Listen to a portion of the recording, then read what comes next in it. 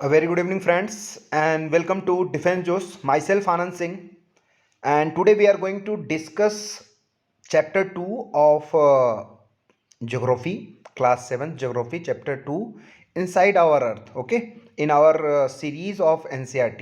Okay, so हमने NCERT का जो सीरीज स्टार्ट किया था, जिसमें मैंने चैप्टर 1 कंप्लीट करा करा दिया है, और आप जा कर के प्लेलिस्ट में देख सकते हैं। ज्योग्राफी एनसीईआरटी ज्योग्राफी सीरीज़ हमने स्टार्ट किया है, उसमें जब चैप्टर 1 मैंने करा दिया, आप जा कर के उसको देख सकते हैं प्लेलिस्ट में। आज सेकंड चैप्टर है और इसको अच्छे से करते हैं हम लोग। और ये सभी ऐसे स्टूडेंट्स के लिए है जो बच्चे अभी अ, अपने घर से पढ़ाई करना चाह रहे हैं, जो कि जिनके पास बुक्स नहीं है, और जिनके पास बुक्स है भी, तो किस तरीके से आपको मैं एक एक चीज़ डिटेल में सिंपल लैंग्वेज में समझाऊंगा, जिसको अगर कोई एनसीईआरटी पढ़ रहा हो, उसको अगर कोई प्रॉब्लम हो रही हो, तो उसको एक एक चीज़ों को मैं सिंपल लैंग्वेज में, हिंदी में या बाइलिंगुअल में करके आपको समझाऊंगा। Okay, so it will be easy for you, and please follow this series and it will be helpful, definitely, because if you are preparing for your UPSC exam, whether it is NDA exam, whether it is CDS exam, FCAT, everywhere, जहाँ भी आप GS का आपके GS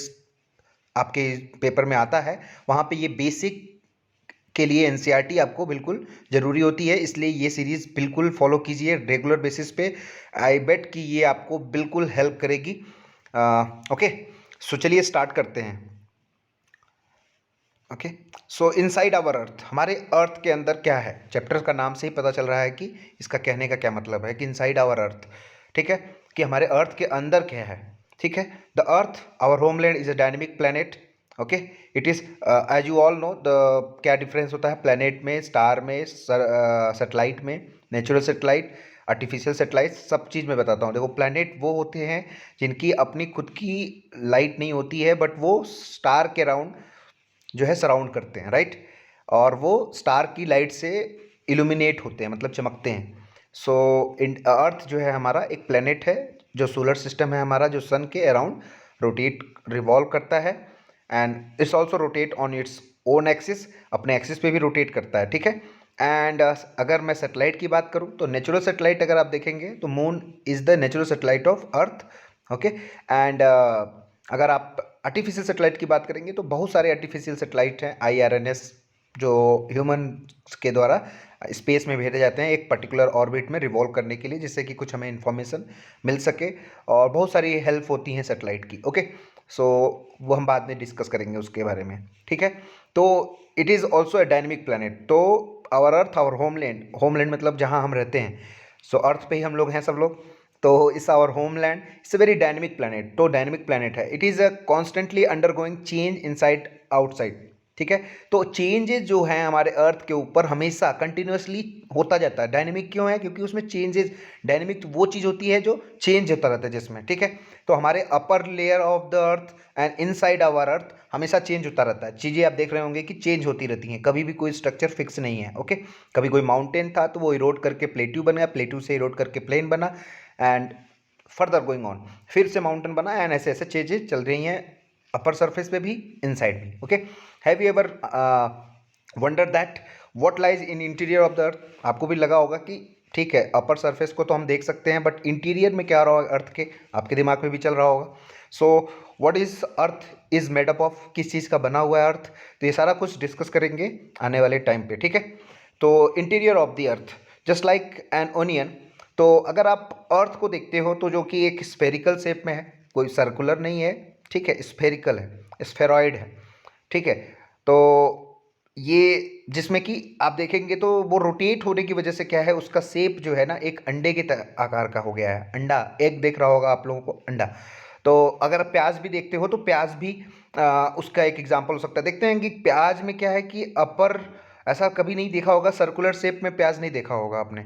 ठीक है, आपने देखा होगा एक ऐसा शेप जिसमें कि उसकी जो टॉप, जो दोनों पोल्स हैं वो थोड़ी चिपटी होती हैं, बीच में बिल्कुल फैला होता है। तो अगर आप देख रहे हैं कि एक ऑनियन को आप अगर इमेजिन कर रहे हो, तो earth is like an onion, कि एक प्याज की तरह है, जिसके जैसे प्याज देखते हो तो उसमें कई लेयर बनी होती हैं, लेयर्स लेयर्स लेयर्स। तो वही एक लेयर्स जो है हमारे अर्थ के ऊपर, अगर आप अर्थ को इमेजिन करते हो तो उसी तरीके से एक लेयर्स अर्थ में भी बनी है।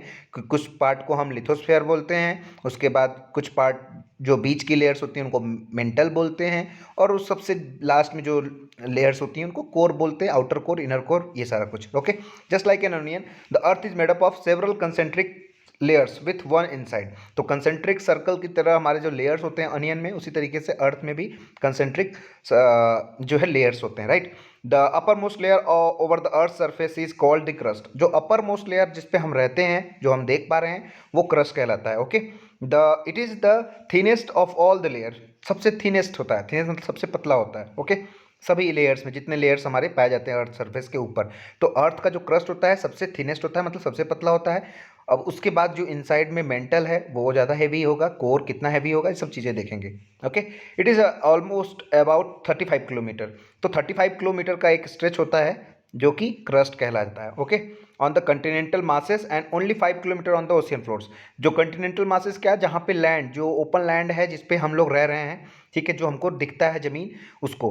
और कंटिनेंटल क्रस्ट का मतलब कि जो समुद्र है, समुद्र के नीचे भी एक लेयर्स, मतलब एक ज़मीन है जिसको, मतलब अगर आप उसको देखेंगे तो 5 किलोमीटर्स का वहाँ पे 5 किलोमीटर उसकी मोटाई है जो कंटिनेंटल क्रस्ट है। और जो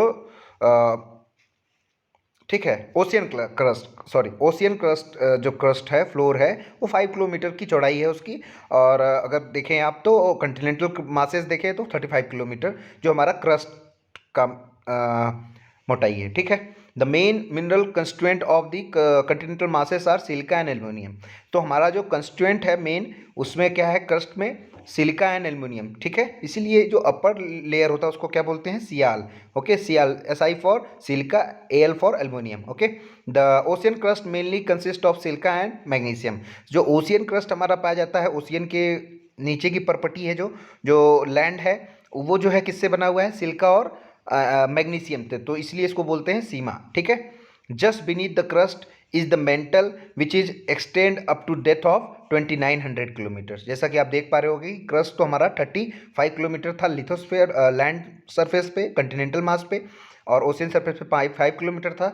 लेकिन उसी के रेस्पेक्ट में अगर आप मेंटल को देखेंगे तो 2900 किलोमीटर की मोटाई होती है हमारी मेंटल वाले लेयर की। ठीक है, बिलो द क्रस्ट, तो जो क्रस्ट के नीचे होता है, राइट।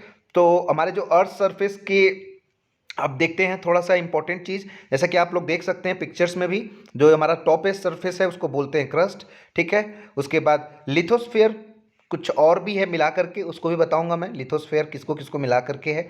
ठीक है, तो लिथोस्फेयर जो लैंड वाला पोर्शन है, मेंटल हो गया जो बीच में दिख रहा होगा आपको येलो कलर का, एंड कोर देख रहे होंगे कि आउटर कोर एक लेयर बना हुआ है और एक इनर कोर का लेयर बना हुआ है। ठीक है, कोर मेंटल बाउंड्री, उसके बाद outer core and inner core सबसे लास्ट में आप देख पा रहे हैं रेड कलर में कोर को। ओके, सो अभी देखो एक एग्जांपल यहाँ पे है, डू यू नो, मतलब ये जो डू यू नो वाला सेक्शन है इसको जरूर से आपको हाईलाइट करना है क्योंकि ये इंपॉर्टेंट है और ये आपको पता होना चाहिए। Okay, the deepest mine in the world is in the south Africa. So deepest mine जो है हमारे अर्थ सरफेस पे जो मैन मेड है, वो कहाँ पे है, साउथ अफ्रीका में। It is about 5 kilometre deep in, ठीक है, तो 4 किलोमीटर डीप है हमारा जो माइन है साउथ अफ्रीका में। Okay, in search of oil engineer have dug a hole about 6 kilometre deep.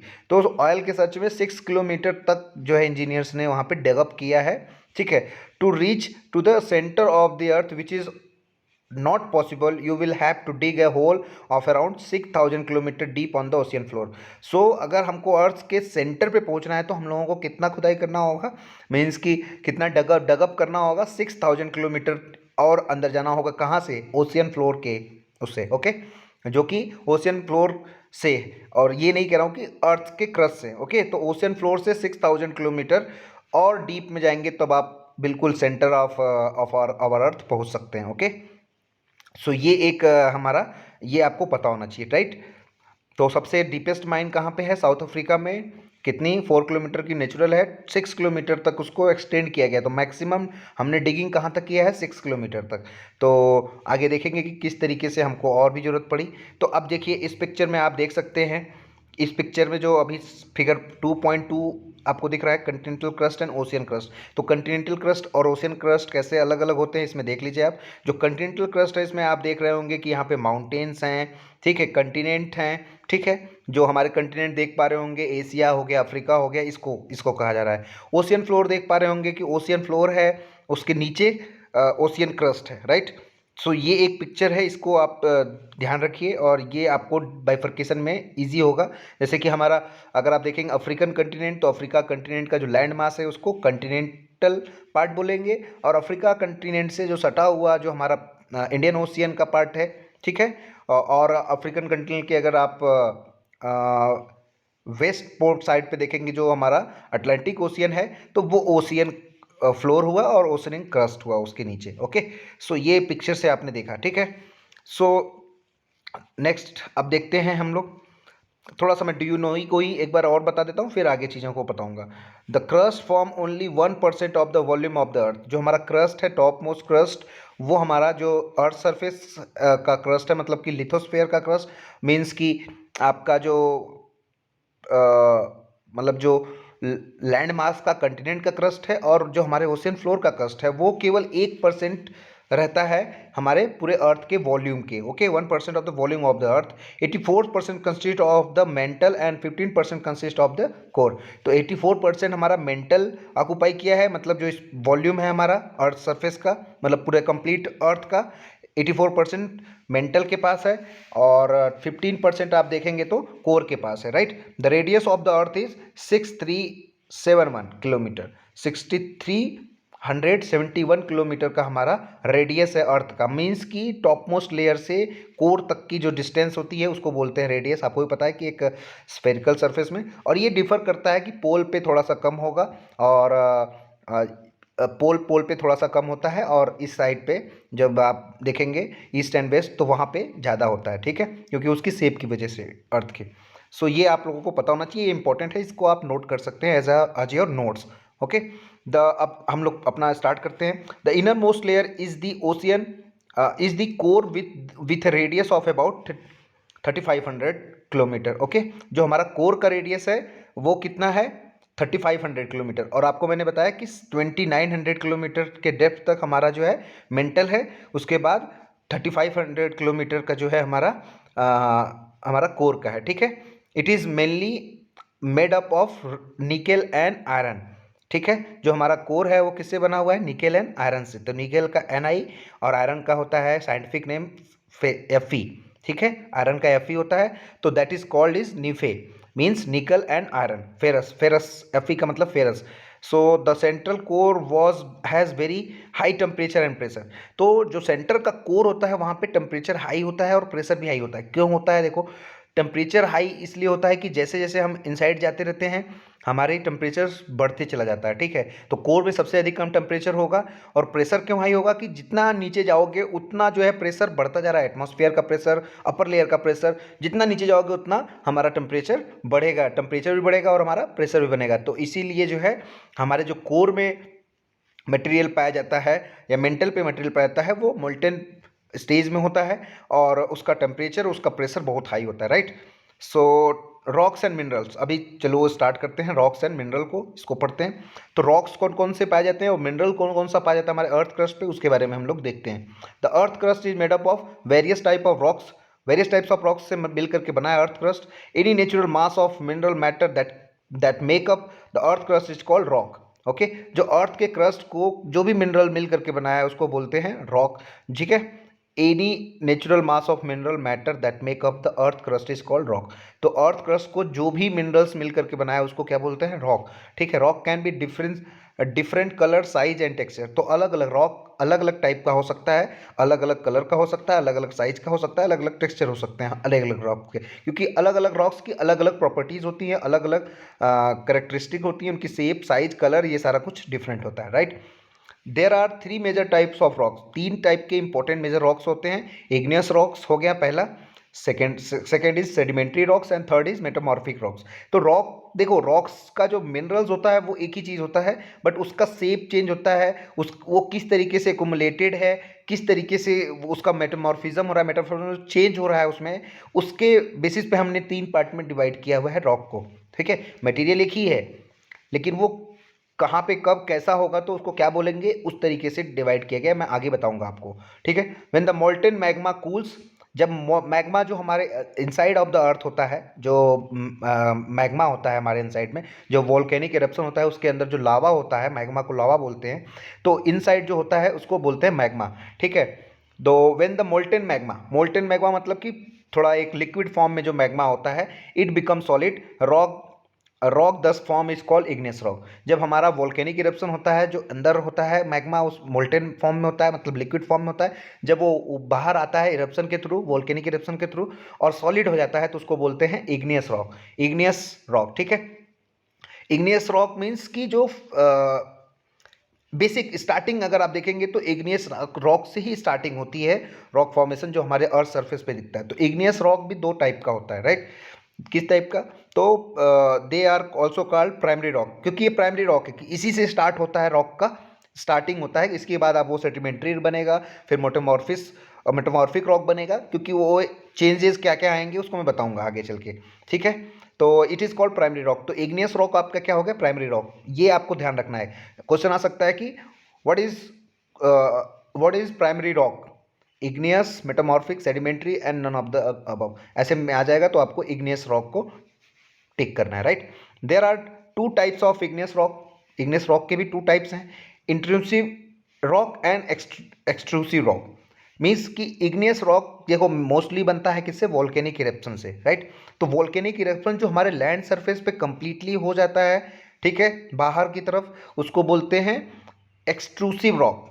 लेकिन जो कुछ जो हमारे वोल्केनिक इरप्शन होते हैं वो अर्थ के इनसाइड ही रह जाते हैं, उसका इरप्शन होता है बट वो अर्थ सरफेस के ऊपर दिखाई नहीं देता, तो वो उसको बोलते हैं इंट्रूसिव रॉक, मतलब अंदर अंदर ही वो रह गया रॉक, और वो अर्थ सरफेस पे विजिबल नहीं होता, राइट।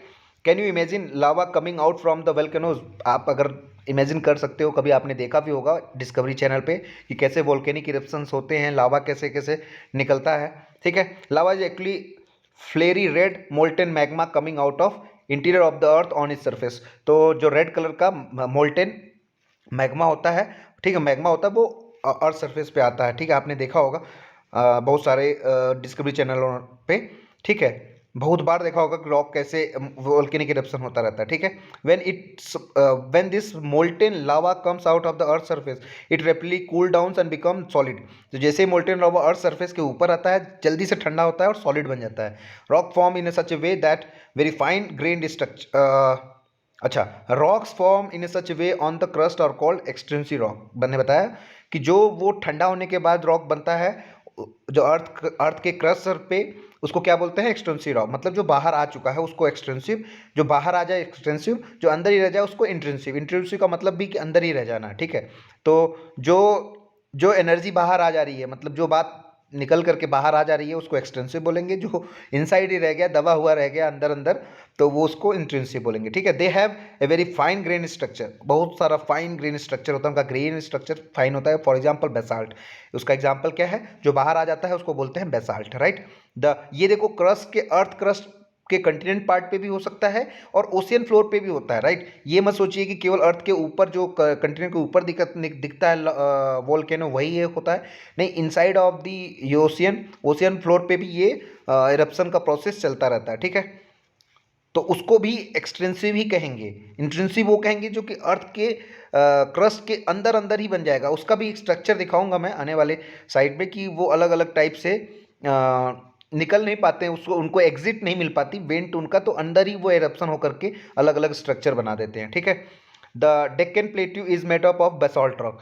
तो डेक्कन प्लेट्यू जो है हमारा, डेक्कन प्लेट्यू जो महाराष्ट्र वाला रीजन है, डेक्कन रीजन है जो महाराष्ट्र, छत्तीसगढ़, ये जो हमारा प्लेट्यू है, ये किससे बना हुआ है, बेसाल्ट रॉक से बना हुआ है। ठीक है, तो बेसाल्ट रॉक वो होता है जो इग्नियस रॉक जो मतलब वोल्केनिक इरप्शन से बनता है उसको बेसाल्ट रॉक बोलते हैं। Okay, sometimes the molten magma cools down deep inside the earth crust solid rock so form it called intrusive magma. तो अगर अंदर ही अर्थ के अंदर ही वो सॉलिडिफाई हो गया तो उसको बोलेंगे intrusive igneous rock. Okay, since they cool down slowly then large, so तो वो जल्दी बहुत धीरे धीरे जब अंदर अर्थ के अंदर ही अगर चीज़ें होंगी मतलब इरप्शन होगा तो काफ़ी धीरे धीरे कूल डाउन करेगा, क्योंकि उसके अंदर भी पहले से हीट होगा। अर्थ सरफेस पे आ गया तो वहाँ पे और भी एटमॉस्फेरिक कंडीशंस होती हैं जिसके जल्दी से सॉलिफाई हो जाता है, तो उसके उसके जो ग्रेन्स होते हैं वो स्मॉल होते हैं, बट इसके जो ग्रेन्स होते हैं वो बड़े होते हैं, मतलब एक बिग होते हैं। ठीक है, फ्रॉम ए लार्ज ग्रेन्स। ठीक है, the granite is the example of such a rock. ठीक है, जो अंदर होता है अर्थ के उसका एग्जाम्पल कौन सा है? ग्रेनाइट। ठीक है, grinding stones use to prepare paste powder of spices and grains are made of granite. ठीक है, तो ग्राइंडिंग स्टोन्स जो यूज होता है तो पेस्ट बनाने के लिए या पाउडर टू ऑफ स्पाइसेस, जो स्पाइसेस और उसमें and grain are made of granite. तो किसके ग्रेन्स होते हैं? ग्रेनाइट के ग्रेन्स होते हैं जो हमारे इंट्रूसिव इग्नियस रॉक होते हैं उसके। Okay, rocks roll down crack and hit each other and broking down into smaller fragment. So जो रॉक्स हमारे अर्थ सरफेस पे अभी इरप्ट हुए हैं, बने हैं इग्नियस रॉक के थ्रू, तो वो क्या होते हैं कि भाई क्रैक करता है, फिर हिट करते हैं, बहुत सारे फैक्टर्स उस पर वेदरिंग कंपोनेंट काम करना स्टार्ट करते हैं। ठीक है, वेदरिंग मतलब उसका क्षरण। ठीक है, क्षरण होना कहते हैं। ठीक है, वेदरिंग होना स्टार्ट होता है और स्मॉल स्मॉल फ्रेगमेंट में बढ़ जाते हैं। These small particles called sediment. तो जब वो छोटे छोटे पार्ट में टुकड़ों में टूट जाता है ग्रेनाइट, जो अपर हमारा रॉक्स है, उसके बाद वो सेडिमेंट्स कहलाते हैं। वो सेडिमेंट्स कहलाते हैं छोटे छोटे पार्ट में जो पार्टिकल्स हो जाते हैं इग्नियस रॉक के। ठीक है, these sediments are transported and deposited by wind water. अब जो टूट गया है रॉक, अब वो क्या हो गया कि वो हवा और वाटर के द्वारा एक जगह से दूसरी जगह कैरी किए जाते हैं। वेदरिंग एजेंट हैं ये सब। तो वेदर करते करते एक जगह से दूसरी जगह जाके कुमुलेट होते हैं और वहाँ पे एक लेयर पे लेयर बनाते चले जाते हैं, उनको बोलते हैं सेडिमेंट्स। ठीक है, sedimentary rock, these loose sediments are compressed and harden form layer of rock. तो ये जो लूज जो है हमारे ग्रेन्स हैं, जो एक सेडिमेंट को डिपॉजिट करते करते एक लेयर बनाते चले जाते हैं और कंप्रेस होते जाते हैं, लेयर बाय लेयर बनता चला जाता है, एक लेयर के ऊपर दूसरी लेयर, दूसरी लेयर के ऊपर। तो एक ऐसे से बनते बनते उस रॉक को क्या बोलते हैं? Sedimentary rock. For example sandstone is made from grains of sand. तो जो सैंडस्टोन होता है वो छोटे छोटे सैंड्स के पार्टिकल्स जो है एक्युमुलेट होते होते सैंड एक लेयर बनाते हैं, फिर उससे एक बनता है आपका sandstone. Okay, for example sandstone is made of a grain of sand. These rock may also contain fossil of plants, animal and other microorganism that once lived on them. तो इस रॉक के अंदर क्या है? प्लांट्स भी। ठीक है, plants के फॉसिल्स हो गए। ठीक है, फॉसिल्स मतलब कि फॉसिल्स फ्यूल, मतलब जो प्लांट्स, सपोज करो कि आप अर्थ के ऊपर था, उस प्लांट्स का डिकम्पोजिशन हुआ। ठीक है, और वो बाद में वो फॉसिल्स का रूप ले लिया, मीन्स कि जो एनर्जी के लिए, जैसे कोल हो गया, ठीक है, ऑयल हो गया, तो ये फॉसिल फ्यूल्स के एग्जांपल हैं। ठीक है, तो उसके अंदर जो ये सेडिमेंट्री रॉक है, इसके अंदर क्या क्या पाया जाता है? फॉसिल फ्यूल्स भी पाए जाते हैं जो कि प्लांट्स के होते हैं और एनिमल्स के होते हैं और माइक्रो ऑर्गेनिज्म के, that once lived on them, जो कि उनके उस सरफेस पे पहले कभी रह चुके हैं। ठीक है, igneous and sedimentary rock can change into metamorphic rock under great heat and pressure। तो igneous और जो sedimentary rock है, ज़्यादा हीट और प्रेशर की वजह से चेंज होकर के क्या बना देते हैं? Metamorphic rocks. ठीक है, for example clay change into slate and limestone change into marble. तो हमेशा याद रखिएगा, ये दोनों एग्जाम्पल आपको बिल्कुल नोट डाउन करके रखना है कि अगर पूछा जाए कि क्ले मेटामॉर्फोज्ड इनटू व्हाट, तो क्ले को जो मेटामॉर्फोस होगा मतलब चेंज आएगा। मेटामॉर्फिज्म मतलब ही होता है कि चेंज।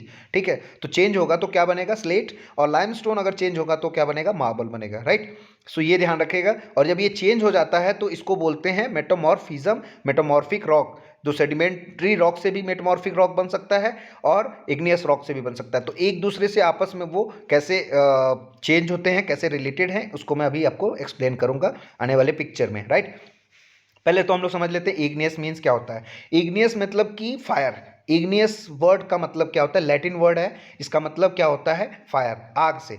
तो वो देख रहे होंगे कि इग्नियस रॉक कैसे बनता है, वोल्केनिक इरप्शन से, जो हीट निकल के आती है, मोल्टेन लावा निकल करके आता है अर्थ सरफेस पे, तो उसका मतलब हो गया फायर। तो इग्नियस को फायर से आप दिमाग में रखेंगे। सेडिमेंट्री रॉक, ये भी एक लैटिन वर्ड है, इसका मतलब क्या होता है, सेटल डाउन। सेटल डाउन मतलब एक लेयर बाय लेयर बनाता चला जाना, ठीक है। तो sedimentary rock. Metamorphic rock Greek word है मेटामॉर्फिक, और मेटामॉर्फोज मीन्स मीनिंग क्या होता है, चेंज ऑफ फॉर्म। तो जो अपना फॉर्म चेंज करना होता है उसको बोलते हैं मेटामॉर्फिज्म। तो मेटामॉर्फिक रॉक जो है चेंज ऑफ फॉर्म, इस वर्ड से मिला है। तो इससे मतलब भी यही है, इन तीनों वर्ड्स जो आप अगर इनके वर्ड्स के मीनिंग को समझेंगे तो आपको पता चल जाएगा कि कौन सा रॉक किस तरीके का है। इग्नियस रॉक फायर से बना, वोल्केनो, फिर उसका इरोजन हुआ, वेदरिंग हुई, और उससे क्या है, धीरे धीरे छोटे छोटे पार्टिकल एकोमुलेट और सेडिमेंट होते होते वाटर और विंड के फैक्टर से क्या बना दिया, सेडिमेंट्री रॉक बना दिए, ठीक है। एक लेयर बाय लेयर बनती चली गई। सेडिमेंट्री रॉक में आप ध्यान रखना कि फ्यूल्स आपको मिलेंगे, फोसिल फ्यूल, क्योंकि प्लांट्स और एनिमल्स भी उस सेडिमेंट के अंदर बीच में कहीं कहीं दबते दबते चले गए हैं और वहाँ पे फ्यूल्स जनरेट बनाते चले जाएं। फिर उसी सेडिमेंट्री रॉक का मेटामॉर्फिज्म होता है, या फिर इग्नियस रॉक का मेटामॉर्फिज्म मतलब कि रूपांतरण होता है, चेंज होता है, तो वो क्या बना देता है, मेटामॉर्फिक रॉक। तो अलग अलग जो हमारे रॉक्स हैं उनका डिफरेंट जो फॉर्म है वो आपको मैंने बताया अभी, कि जैसे लाइमस्टोन से क्या मेटामॉर्फिक होकर के बनता है, मार्बल बनता है, और क्ले से मेटामॉर्फिस होकर के क्या बनता है, स्लेट। ओके, अब ये ध्यान रखें। फोसिल्स क्या होते हैं, फोसिल्स के बारे में थोड़ा देखते हैं। The remains of dead plant and animal trapped in a layer of rock are called fossils. मैंने बताया सेडिमेंट्री रॉक्स में जो उस रॉक के ट्रैप सेडिमेंट लेयर्स में जो ट्रैप हो जाते हैं एनिमल्स और प्लांट्स, दब करके उसमें बनते चले गए उसके ऊपर, तो वो एक बनाते हैं क्या, फॉसिल्स। जैसे कोल बनाते हैं, कोई ऑयल बनाता है, ठीक है। जैसे प्लांट्स का जब सेडिमेंटेशन होगा तो वो क्या बनाएगा, कोल। अगर एनिमल्स हैं उसका सेडिमेंटेशन होगा तो वहाँ पे मोस्टली ऑयल बनता है, ठीक है। सेडिमेंट्री रॉक टर्न इनटू ए मेटामॉर्फिक रॉक। देखो ये सेडिमेंट्री रॉक है जिसमें आपको दिख रहा होगा कि लेयर बाय लेयर जमता चला गया, और फिर वो टर्न होकर के किसमें सेट बन गया, मेटामॉर्फिक रॉक में चेंज हो गया, राइट। सो ये एक मैंने पिक्चर के माध्यम से भी आपको सिखाया, ठीक है। Books are very useful to us, ठीक है। Books are very useful to us. The rock are use for making roads. जो रॉक, हार्ड रॉक जो होता है वो किसके लिए यूज किया जाता है, ठीक है। Rocks are very useful to us. Rocks जो होते हैं वो हमारे लिए बहुत इंपॉर्टेंट है, यूजफुल है, क्योंकि उससे क्या बनते हैं, रोड बनते हैं, हाउसेस बनते हैं, बिल्डिंग, जो बिल्डिंग में जो छोटे छोटे आपको सीमेंट का यूज करते हो आप और कंक्रीट का यूज करते हो, वो सारे रॉक्स के ही छोटे छोटे पार्टिकल हैं, उसके सब पार्टिकल हैं, ओके, रॉक से ही मिल करके बने हैं। You use stone in many games. Stone का बहुत सारा यूज करते हैं गेम्स में हम, फॉर एग्जांपल 7 स्टोन, पिट्ठू पिट्ठू, एट हॉप स्कॉच, ये सारे छोटे छोटे छोटे गेम्स हैं अलग अलग जगह के। गिट्टी, 5 स्टोन गिट्टी, बचपन में अगर गिट्टी खेला हो किसी ने तो गिट्टी होता है। Find out some much more games by asking your grandparent and parent neighbourhood. तो और भी गेम्स जो आपने रॉक्स के छोटे छोटे पार्टिकल से खेला है आपने अपनी लाइफ में, बचपन में अगर खेला हो आपने तो आपको याद होगा, तो उसको आप लोग अपने नेबरहुड से भी पता कर सकते हैं कि कौन कौन सा गेम खेलते थे, ठीक है। और अभी आपको क्या करना है, collect some picture of some mountain monuments and find out which are the rock used to build them. Two picture has been collected for you. देखो, red fort made of sandstone, किसका बना हुआ है, रेड फोर्ट हमारा sandstone का बना हुआ है। एग्जाम्पल है कि रॉक से कैसे बिल्डिंग बनती हैं, आपको दिमाग में नहीं आ रहा होगा तो ये देख लो आप। ताजमहल जो है किससे बना हुआ है, वाइट मार्बल से बना हुआ है। तो ये दोनों किसके हैं, किसके एग्जाम्पल हैं, ये मार्बल है तो किससे बना, मैंने आपको बताया अभी, सैंडस्टोन से मेटामॉर्फोस हो, लाइमस्टोन से मेटामॉर्फोस होकर क्या बना, मार्बल, और सैंडस्टोन से मेटामॉर्फोस होकर के क्या बनेगा आपका, रेड सैंडस्टोन। तो रेड सैंडस्टोन का यूज करके हमारा रेड फोर्ट बना है, और ताजमहल हमारा जो बना है वो क्या है, मार्बल का यूज करके बना है, राइट। तो ये एग्जाम्पल है कि कैसे हम रॉक्स का यूज करके अपने बिल्डिंग्स और अपने स्ट्रक्चर्स को बनाते हैं, okay. You will be surprised to know that one type of rock change into another type under certain condition in a cyclic manner. तो एक तरीके का रॉक दूसरे रॉक में कन्वर्ट होता है साइक्लिक मैनर में, और प्रेशर और टेम्परेचर के प्रेशर मतलब उसमें आकर के, ठीक है, प्रेशर और टेम्परेचर के कंडीशंस में आकर के वो एक साइक्लिक मैनर में चेंज होता है, ठीक है। The process of transformation of the rock from one to another is known as rock cycle. तो एक रॉक से दूसरे रॉक में कन्वर्ट होना, ठीक है। लाइक इग्नियस से सेडिमेंट्री में बनना, सेडिमेंट्री से मेटामॉर्फिक्स होना, एक जो कंप्लीट साइकिल बनती है उसको बोलते हैं रॉक साइकिल। ठीक है, लाइक देखो अगर आप इग्नियस रॉक देखते हो, इग्नियस रॉक से बना सेडिमेंट्स, छोटे छोटे पार्टिकल बने, फिर छोटे छोटे पार्टिकल एक जगह सेडिमेंट बनाते चले गए, एक लेयर टू लेयर बनाते चले गए, एक रॉक बना दिए, तो इसको क्या बोलते हैं, सेडिमेंट्रिक रॉक। फिर ये सेडिमेंट्रिक रॉक कन्वर्ट होकर के, टूट करके, वेदरिंग होकर के क्या बनाया, मेटामॉर्फिक रॉक। फिर ये मेटामॉर्फिक रॉक अंदर अंदर चला गया, मतलब जब हमारे बताऊंगा मैं आगे कि कंटिनेंट्स कैसे ओशियन प्लेट से टकरा करके नीचे जा रहे हैं, वहाँ पे मोल्टेन लावा बन रहा है, फिर वो लावा वो धरती के ऊपर आकर के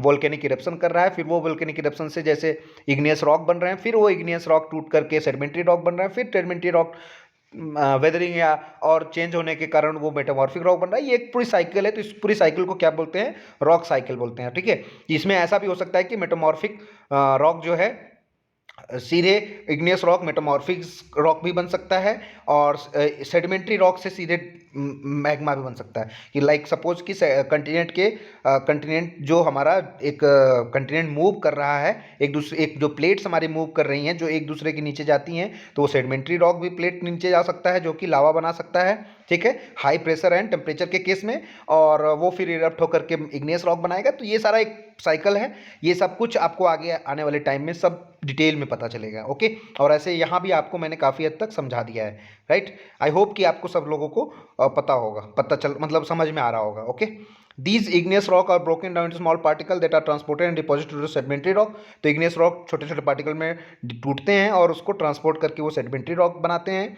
ठीक है, एक जगह सेडिमेंट मतलब लेयर, तो लेयर बना बना के एक सेडिमेंट्री रॉक बनाते हैं। When the igneous and sedimentary rocks are subjected to heat and pressure, they change into metamorphic rock। igneous rock और sedimentary rock हीट और प्रेशर में जब आता है, उनके ऊपर हीट और प्रेशर का फैक्टर काम करता है, तो वो मेटामॉर्फ चेंज करके मेटामॉर्फिक रॉक भी बना देते हैं। ठीक है, the metamorphic rock which are still under great heat and pressure melt down to form a molten magma. तो जो ठीक है, जो मेटामॉर्फिक रॉक है वो हीट और प्रेशर में आकर के खुद जो है जा करके धरती के अंदर, मतलब धरती के अंदर जो है प्लेट्स की जब टकराव होता है, जो अंदर चली जाती है प्लेट्स, तो वो खुद ही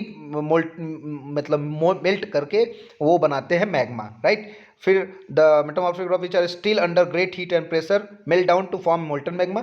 तो बहुत हीट और प्रेशर में मोल्टन मैग्मा बन जाता है। This molten magma again cool down and solidify into igneous rock. Molten magma ऊपर आता है इरप्शन के थ्रू, जैसा आप देख पा रहे होंगे वोल्केनिक इरप्शन हो रहा है।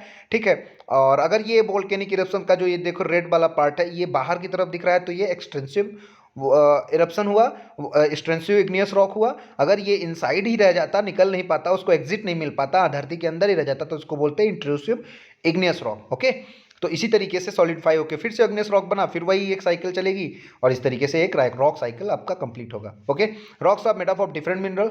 तो रॉक्स जो होते हैं वो अलग अलग मिनरल्स के मिलकर के बने होते हैं। The minerals are naturally occurring substances which have certain physical properties and definite chemical composition.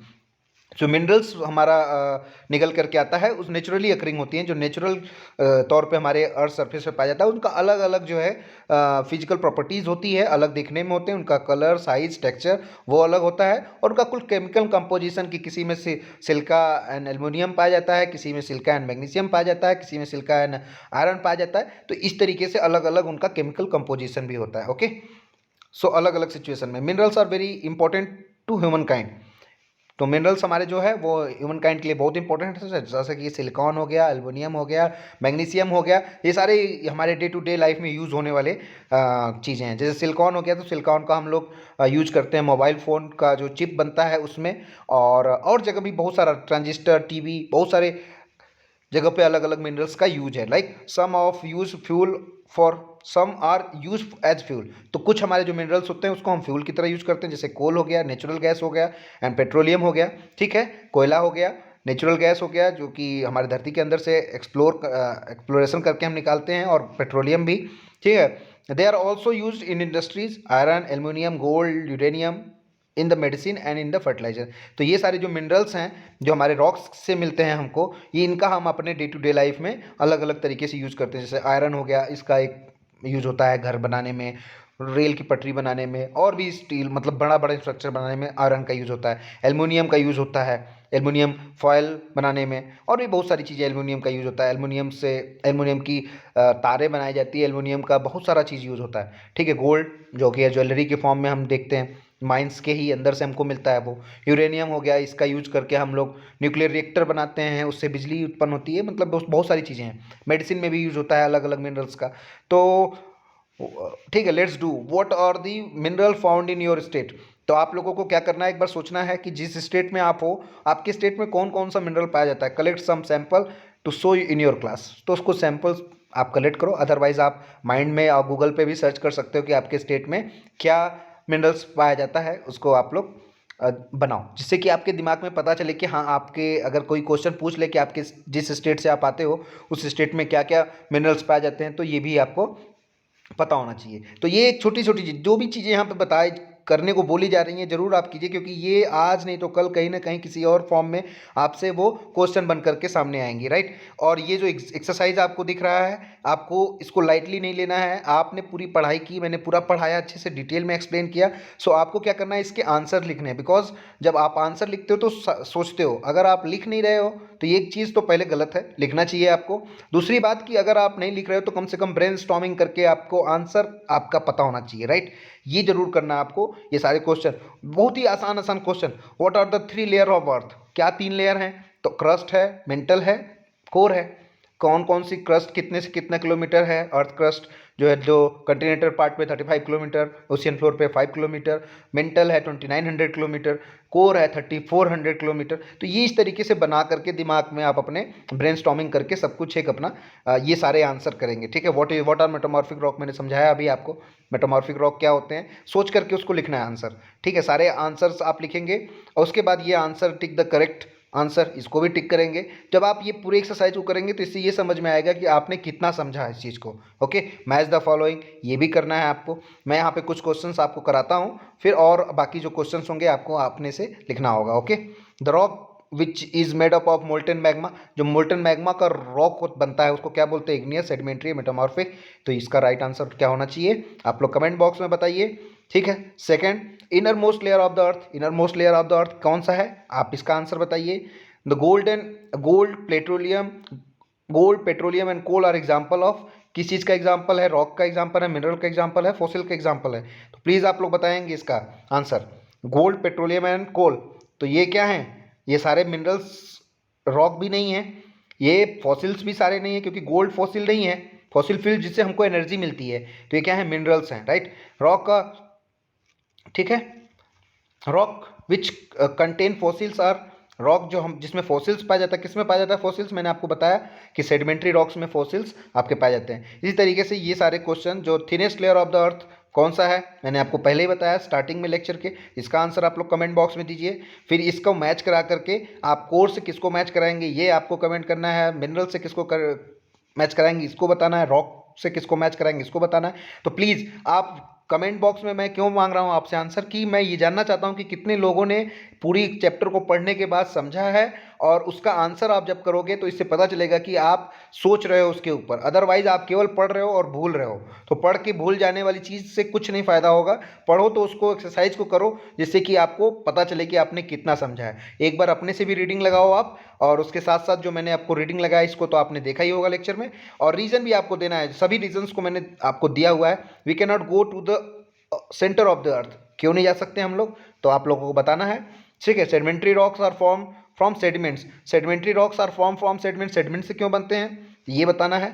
Limestone is change into marble, limestone is change into marble, तो क्यों मार्बल में चेंज होता है, कैसे चेंज होता है, और क्या बनता है वो, ये आपको बताना है, राइट। सो ये आप लोगों को करना है। फॉर द फन पर्पज़ क्या करना है, what are the mineral mostly common use in the following object, इसमें कौन सा मिनरल सबसे ज़्यादा यूज किया गया है आपको बताना है, राइट।